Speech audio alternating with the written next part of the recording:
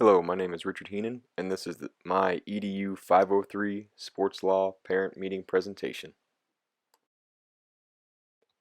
In this presentation, we will briefly cover the Missouri State High School Activities Association, as well as the topics of parent permission, physical exams and insurance, coaching requirements, injury risk, concussion protocol, heat-related illness and dehydration, and our district's emergency plan of action. Our school district is registered as a full member school with MISHA, and because of that, we are required to operate under all bylaws and policies set forth by MISHA. The bylaws contain rules and regulations on student-athlete participation, requirements to coach, and safety protocol. All of this information regarding the bylaws can be found in the MISHA official handbook, which has been linked to the page 5 of our district's athletic handbook, which is also located under the Athletics tab on the district website. In accordance with MISHA Bylaw 3.7.1, before any student can participate in a school-sponsored athletic activities program, they must obtain written permission from a parent or guardian. This form will be provided at the end of this meeting. The term parent is defined by MISHA as a student's natural parent, adoptive parent, foster parent, or guardian designated by a court. The district requires a physical exam to be on file before participation of any student in any sport or activity affiliated with the school, per the MISHA Bylaw 3.8.1. The physical exam must be signed and authorized by an appropriate healthcare professional. The appropriate healthcare professional includes physicians, advanced nurse practitioners in written collaborative practice with a physician, or a physician's assistant in collaboration with a sponsoring physician. Each physical exam will be valid for 2 years from the date of issue. Students shall also provide proof of basic athletic coverage insurance before they are allowed to participate. This could include proof of health insurance, accident insurance that covers competitive and/or contact sports, or some sort of supplemental type insurance per MISHA Bylaw 3.8.2. Within our district, the requirements for becoming a coach mirror the MISHA requirements with 2 exceptions.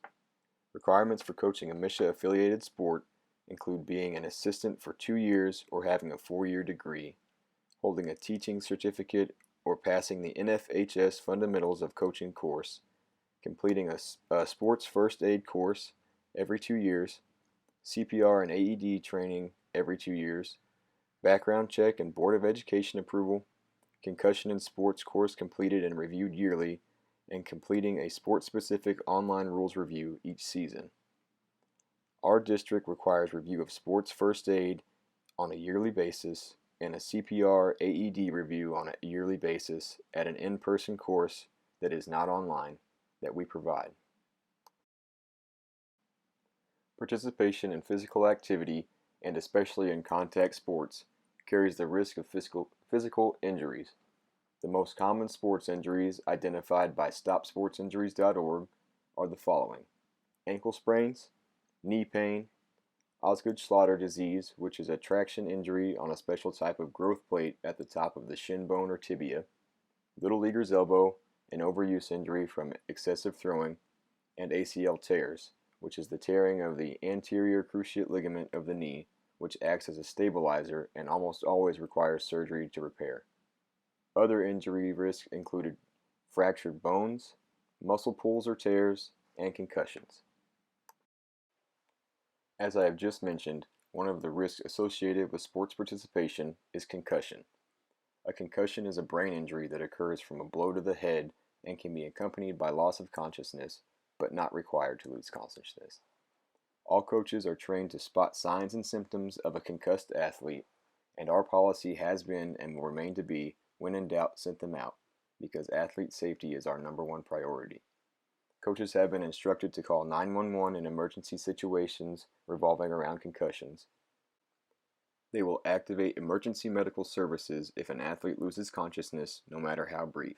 If they have a seizure, increasing feeling of sleepiness, worsening of headache, or persistent vomiting, coaches have also been instructed to activate emergency medical services.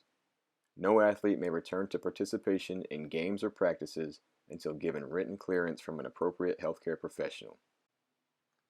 If symptoms return after the athlete resumes participation, The athlete must stop all activity and be re-evaluated by the healthcare provider. Heat-related illness and dehydration are two big risk factors in fall sports.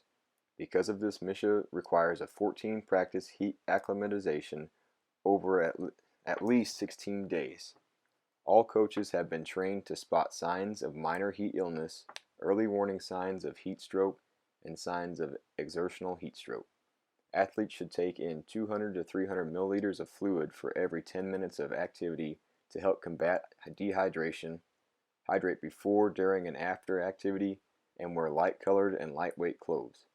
Unnecessary equipment will not be worn in extreme environmental conditions, and cold beverages will be available at every practice. Coaches have been instructed to provide 10 minutes of rest for every 40 minutes of activities per NFHS's suggestion. The final topic in this presentation will briefly cover our district's emergency action plan. The Board of Education recognizes the need for an emergency action plan, and the details of this plan can be found on pages 30 and 31 of the student handbook. All school personnel have been familiarized with and trained on the emergency action plan. Exits for indoor events will be clearly marked in accordance with egress codes, and all facilities will be thoroughly checked prior to any contest or event to ensure full functioning and safety of all facility components. Administrators will be present at all events to ensure that the emergency action plan is efficiently carried out by all school personnel should the need arise. This concludes my parent meeting, and I thank you for joining me.